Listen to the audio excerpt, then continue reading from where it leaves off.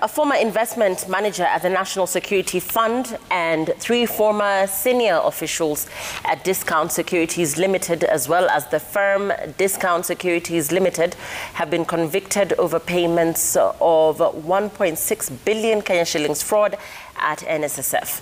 The 4 who will be sentenced on Monday conspired to defraud the fund in a well-orchestrated plan between August 2002 and July 2007.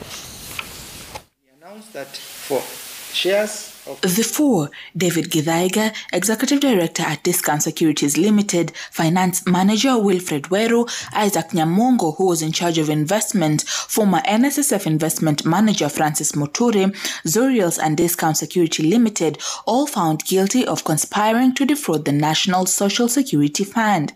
In 2010, the suspects, including the late William Murungu, were arrested and charged with fraudulently making payments from a public revenue company, willful failure to comply with procedures and guidelines relating to procurement of property, fraudulent acquisition of public property, deceiving principal, stealing by agent, and neglect of official duty by a public officer. Trial Magistrate Lawrence Mugambi stating that the prosecution proved its case beyond reasonable doubt.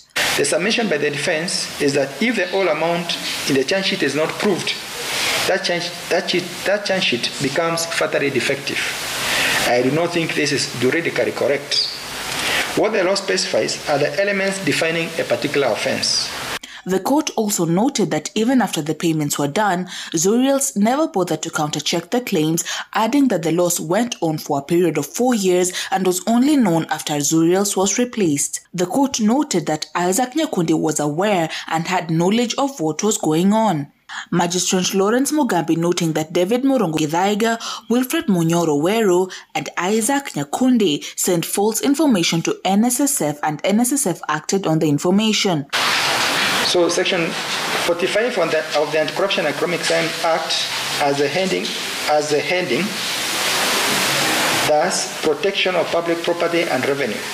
The portion of that section, the charges against the 2 accused persons are founded in Section 45(2). The court rejecting the plea by the defense to have the suspects extended bail terms, directing that they be placed in custody pending sentencing. I thus reject the application for extension of bail terms.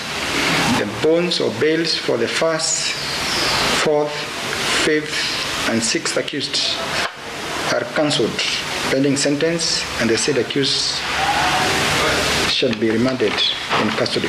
The magistrate in his lengthy judgment, however, acquitted former Internal Audit Manager Mary Ndirango and former Finance Manager at NSSF James Akoya. Sentencing is due on Monday next week.